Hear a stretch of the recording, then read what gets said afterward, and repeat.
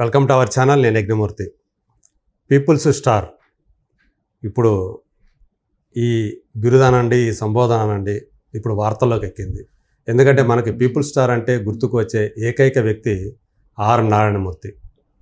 నటునిగా, నిర్మాతగా, దర్శకునిగా ఆయన వేసినటువంటి ముద్ర అసామాన్యమైనది. స్నేహచిత్ర పతాకంపై ఆయనే నటించి, ఆయనే నిర్మించి, ఆయనే దర్శకత్వం వహిస్తూ ఎన్నో సినిమాల్ని, మరపురాని సినిమాలు, అర్ధరాత్రి, స్వతంత్రం మొదలుకొని ఆయన తీసినవన్నీ కూడా ప్రజాభ్యుదయం కోసమే.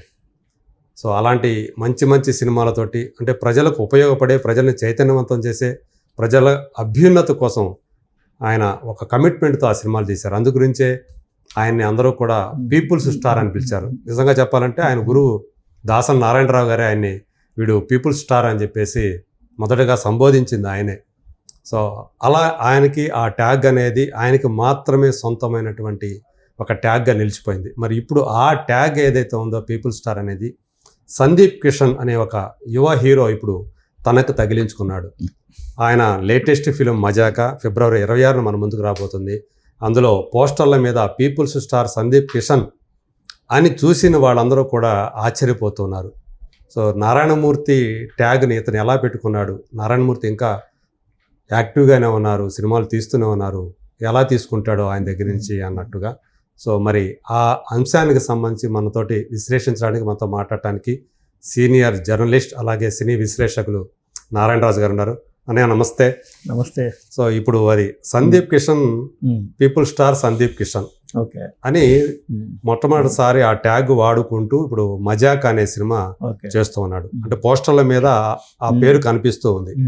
అది చూసిన వాళ్ళు చాలా మంది, కొంతమంది అంటే సినిమా వాళ్ళు కూడా, వాళ్ళ దర్శకులు కూడా ఉన్నారు, నాతో కొంత బాధని, ఆవేదన వ్యక్తం చేశారు. పీపుల్ స్టార్ అంటే నారాయణమూర్తి కదా, ఇతను ఎలా పెట్టుకుంటాడని. మీరేమంటారు? ఇప్పుడు హీరోలకు వారి పేర్ల ముందు ఈ మకుటాలు పెట్టడం అనేది ఒక 10-15 ఏళ్ళుగా ఒక ట్రెండ్లా మారింది. అవును.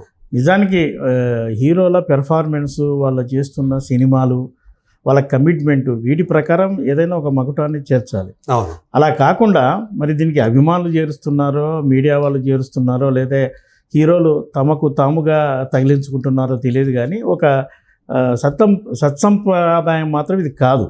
అంటే గతంలో నట సమ్రాట్ అనగానే మనకు ఆ తర్వాత పేరు చెప్పకుండా అక్కినేని నాగేశ్వరరావు అని గుర్తొస్తారు.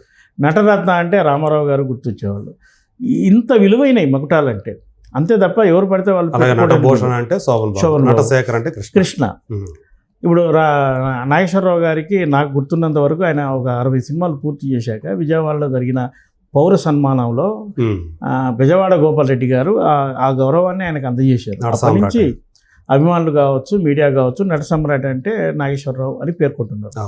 అలాగే నటరత్న అని మనం చెప్పుకుంటున్నాం కదా, ఎన్టీ రామారావు కూడా ఆయన చేసిన సోషల్ సర్వీస్, అంటే ఆ రోజున సైనిక నిధికి, సైనిక సంక్షేమం కోసం ఆయన నిధులు సేకరించి ప్రజెంట్ చేసినప్పుడు లాల్ బహదూర్ శాస్త్రి గారు ఆయన నటరత్న అని సంబోధించినట్టుగా మనకు తెలుస్తుంది. అంటే ఈ మకుటాల వెనుక ఎంత చరిత్ర ఉందో మీరు ఆలోచించవచ్చు. కేవలం సినిమాలు చేయడమే కాదు, సినిమాల్లో వాళ్ళ పెర్ఫార్మెన్స్, వాళ్ళు చేసిన సర్వీస్ కూడా ఆధారంగా ఇవి ఇచ్చుకుంటూ వచ్చారు. ఈ క్రమక్రమంగా ఈ వారసత్వపు హీరోలు రావడంతో ఇప్పుడు నటరత్న ఎన్టీఆర్ అనగానే, బాలకృష్ణ రాగానే యువరత్న అనేశారు. నట సమ్రాట్ కొడుకును యువ సమ్రాట్ అనేశారు. ఒక సందర్భంలో నాగార్జున కూడా అన్నాడు, ఇంకా నేను యువ సమ్రాట్ ఏంటయ్యా అంటే, ఆ తర్వాత ఆయన నటించిన సినిమా పేరు కింగ్ను ఆయనకు చేర్చి కింగ్ నాగార్జున అంటున్నారు. అంటే ఇప్పటికీ కూడా నాగేశ్వరరావు గారు మన మధ్య లేకపోయినా నాగార్జున నట సామ్రాట్ అనే సాహసం ఎవరో చేయరు. అది నాగేశ్వరరావు గారికే పరిమితం. అలాగే నటరత్న అయినా సరే అది రామారావు గారికి మాత్రమే పరిమితమైంది. అందు గురించి ఆయన ఇప్పుడు నటసింహం అయ్యారు, కానీ బాలకృష్ణ నటరత్న అని పెట్టుకోవాలి. అవును, పెట్టుకోలే. అది నటరత్న అనేది ఆయనకి మాత్రమే పరిమితం. ఆయన బహుశా ఇప్పుడు మనం చెప్పుకుంటున్న హీరోలకు ఫాలోవర్స్ ఎక్కువ, అభిమానుల బలం ఎక్కువ. అయినప్పటికీ వాళ్ళు ఆ వారసుల్ని ఆ పేరుతో, ఆ గౌరవంతో సంబోధించడానికి ధైర్యం చేయలే. అవును. నటరత్న వారసుడు అని అంటారు తప్ప నటరత్న ఈ బాలకృష్ణ అని అనేటందుకు ధైర్యం చేయలేదు. అంత గౌరవప్రదంగా ఉన్న ఈ పురస్కారాల, ఈ మకుటాలు క్రమక్రమేణా ఈ వారసులు వచ్చాక, ఆ తర్వాత వారసులు వచ్చాక ఎవరికి పడితే వాళ్లకు జోడిస్తూ వచ్చేస్తున్నారు. చరిత్రలో అలాగే మన మెగాస్టార్ చిరంజీవి, అంతకుముందు ఆయన సుప్రీం హీరో అనేవాళ్ళు, ఆ తర్వాత ఆయన మెగాస్టార్గా కెఎస్ రామారావు గారు తన అది మరణ మృదంగం సినిమా అప్పటి నుంచి ఇచ్చారు. ఆ సినిమాకి ఇచ్చారు ఆయన ట్యాగ్. అంతకుముందు కెఎస్ రామారావే ఆయనకు సుప్రీం హీరో అని కూడా అనేవారు. సరే, ఆ స్థాయి చిరంజీవికి వచ్చింది. ఇండియాలో ఆయన ఒక టాప్ 5లో ఆయన స్టార్డమ్ తెచ్చుకున్నాడు కాబట్టి ఆయన సంబోధించిన దాన్ని అందరూ యాక్సెప్ట్ చేయొచ్చు. ఇప్పటికీ మెగాస్టార్ చిరంజీవి పేరు చెప్పకుండా మెగాస్టార్ అంటే చిరంజీవి అంతే. ఇప్పుడు ఆయన వారసుడికి మళ్ళీ మెగాస్టార్ అని పెట్టలేము. యువ మెగాస్టారో యువ స్టారో ఇలాంటివి కూడా కుదరదు. అలాంటి మకుటాలను ఈ తరంకి వచ్చే నెక్స్ట్ జనరేషన్లో మనం ఇందాక మీరు చెప్పినట్టు ఆర్ నారాయణమూర్తి గారి గురించి చెప్పుకుంటే ఆయన ప్రయాణం చాలా గొప్పది. సినిమా అనేది గ్లామర్ ఫీల్డ్, కమర్షియల్ ఫీల్డ్, ఈ రెండు ఉన్న ఫీల్డ్లో ఆయన ఉంటూ తను నమ్మిన సిద్ధాంతాల కోసం, అంటే విద్యార్థి దశ నుంచి తను ఫాలో అయిన సిద్ధాంతాల కోసం సినిమా మాధ్యమాన్ని కూడా ఉపయోగించుకొని కమిట్మెంట్తో ఆ తరహా సినిమాలే తీయడం ఆయన గొప్ప విషయం. అది అంతే. ఆ సినిమా జయాపజయాలతో సంబంధం లేదు. అందుగురించి ఆయన వేరే సినిమాలు కూడా చేయలేదు. మీకు కూడా తెలుసు, ఆయనకు వేరే సినిమాల్లో అత్యధిక రెమ్యునేషన్ ఆఫర్ వచ్చినా ఆయన సున్నితంగా తిరస్కరించాడు తప్ప తన సిద్ధాంతాన్ని పక్కన పెట్టలేదు. గురువు గారు దాసరి నారాయణరావు గారి సినిమాలో యాక్ట్ చేసిన తన పందాల సినిమాల్లోనే చేశాడు. ఆయన చేసిన ఇంతటి ఒరే రిక్షా అనే సినిమానే తీశాడు కానీ వేరే రకమైన కమర్షియల్. అంటే దాసరి గారు కూడా తన పందా వదులుకొని తన శిష్యుడి కోసం వాని తరహా, అంటే వాడు అనొచ్చు, ఆయన తరహా సినిమానే చేశాడు.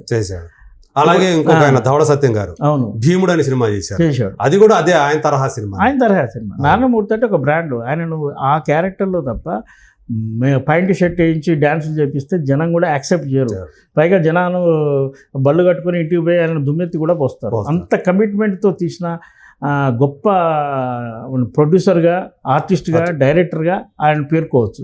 ఇప్పుడు ఆయన పరిస్థితి మనకు కొంత తెలుసు. ఆయన ఈ సినిమాలు తీసి ఆయన సంపాదించుకున్నది కూడా పెద్దగా లేదు. కోల్పోతున్నాడు.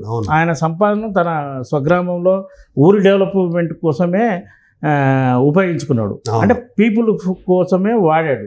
ఆయన పీపుల్ స్టార్.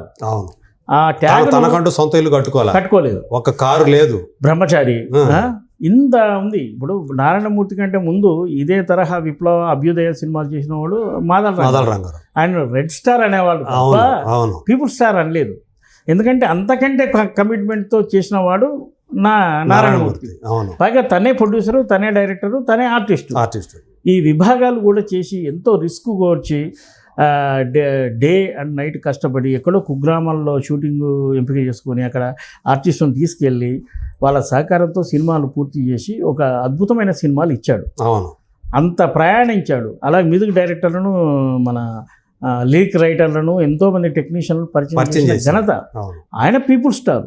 ఈ ట్యాగ్ను ఇప్పుడు ఎవడో ఎలాంటి సినిమాలు చేస్తున్నాడో, అసలు కెరీర్ ఎటు వెళ్తుందో కూడా తెలియని నటులు వాళ్ళ ముందు ఉపయోగించుకోవడం పొరపాటున, అంటే ప్రొడ్యూసర్లో లేదా ఆయన ఫాలోవర్స్ ఎవరైనా అలాంటి పదాలు వాడినా సందీప్ కిషన్ అనే హీరో సున్నితంగా తిరస్కరించాలి. పీపుల్ స్టార్ అంటే అది కాదు. అతను హీరోనే 30 సినిమాలు చేశాడు. మనకు ఇలాంటి ఒక గొప్ప నటుడు లేదా ఒక ప్రజల కోసం పాటుపడి అనేక సినిమాలు ఉన్న నారాయణమూర్తితో ఆయనకు మాత్రమే సొంతం అది, దాన్ని మనకు ఉపయోగించుకోవడం సరికాదు అంటూ వేరేదో ఒకటి చూస్ చేసుకొని ఉండే. అసలు హీరోలకి ఇవన్నీ అవసరం ఎందుకండి? మగటాలు ఎందుకు అజిత్ అని కూడా తలా అజిత్ అంటే నన్ను వద్దు, చెప్పాడు, పిలవద్దు నన్ను, వాళ్ళ పేరు అజిత్ అని పిలవండి, వాళ్ళ పేరుతోని వాళ్ళు పిలుచుకుంటేనే వాళ్ళ గౌరవం. అదే అంతే తప్ప ఇప్పుడు కమల్ హాసన్ కూడా మనం మాట్లాడుకుంటే ఆయన కూడా ముందున్న లోక్ నాయక్ తెలుగులో పెడతారు.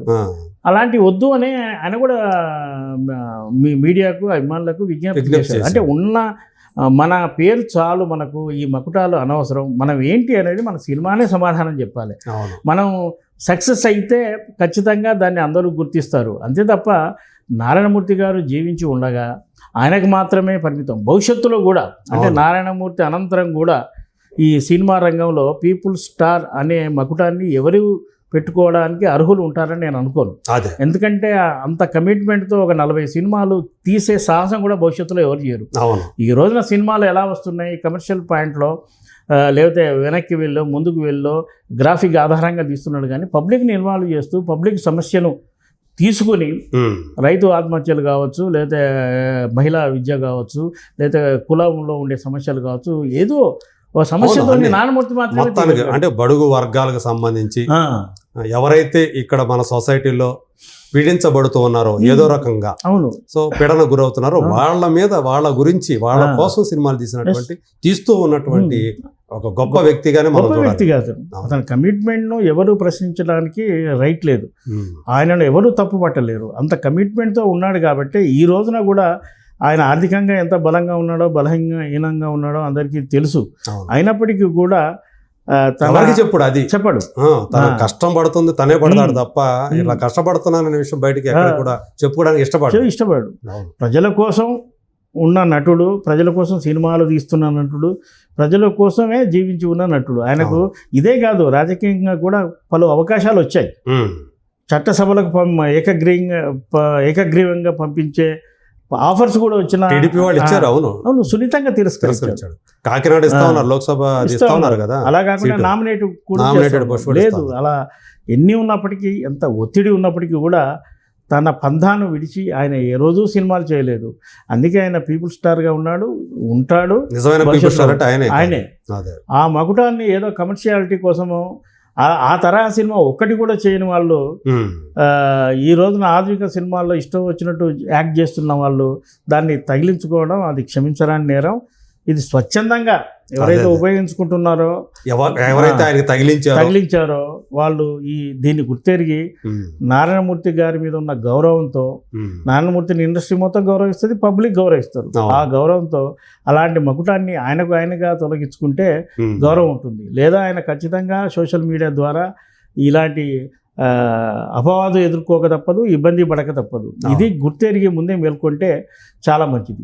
రేపు ఆ ట్యాగ్ తగిలించుకున్న సినిమా రేపు వేరే ఫలితం వస్తే అది పీపుల్ స్టార్ నారాయణమూర్తిని అవమానించినట్టుగా కూడా అవుతుంది. కాబట్టి ఈ విషయాన్ని సందీప్ కిషన్కు మన ఒక విజ్ఞప్తి కూడా చేద్దాం. తనకు తెలియకుండా జరిగి ఉంటుందనే అనుకొని ఇప్పటికైనా ఆ మకుటాన్ని పక్కన పెట్టేసి వేరే ఆలోచించుకుంటే బెటర్ అనేది నా సలహా. నిజంగా ఒకవేళ ఆయన మొకటమే ఏదైనా తగిలించుకోవాలనుకుంటే ఇంకేదైనా తగిలించుకుంటే బెటర్ తప్ప ఈ పీపుల్ స్టార్ అనేది మాత్రం ఉంచుకోకుండా ఉంటే మంచిది. నువ్వు హీరోగా సక్సెస్ఫుల్ సాధించి అద్భుత విజయాలు సాధిస్తే నీకే సరైన మకుటాన్ని ప్రజలు లేదా నీ ఫాలోవర్స్ లేదా నీ ప్రొడ్యూసర్లు వెతికి పెడతారు. అది అసలు ముఖ్యమే కాదు. అవును, నీకు నువ్వుగానే గుర్తింపు తెచ్చుకోవాలి. ఒక ట్యాగ్ ఇచ్చినంత మాత్రాన హీరోకు లేదా హీరోయిన్కు హైప్ ఏం క్రియేట్ కాదు. అంతే కదా. ఈ రోజున విజయశాంతిని మనం లేడీ సూపర్ స్టార్ అన్నాం. ఆ తర్వాత ఆ పదం ఈ రోజున తమిళనాడులో వాడుతున్నాం. అంటే ఆ స్టార్డమ్ వచ్చింది కాబట్టి ఎంతకాలం పట్టింది? అలా రావాలి తప్ప మనకే పోస్టర్ మనదే, డిజైనర్ మనోడే అని తగిలించుకోవడం సరికాదు. అంటే దానికి యాక్సెప్టబిలిటీ అంటాం.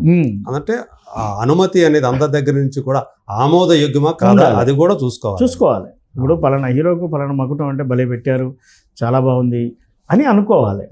అరే ఇదేంట్రా వీనికి ఇద్దరికి ఇచ్చారు, ఇది నారాయణమూర్తి సొంతం కదా, పీపుల్ స్టార్ అంటే నారాయణమూర్తి కదా అని ఆలోచన వచ్చిందంటే నువ్వు ఫెయిల్యూర్ అయినట్టే, అది సరైంది కాదన్నట్టే. దాన్ని ఇప్పటికైనా నిశ్చితంగా పరిశీలించుకొని తొలగించుకుంటే మంచిది. థ్యాంక్ యూ అన్నయ్య. Thank you.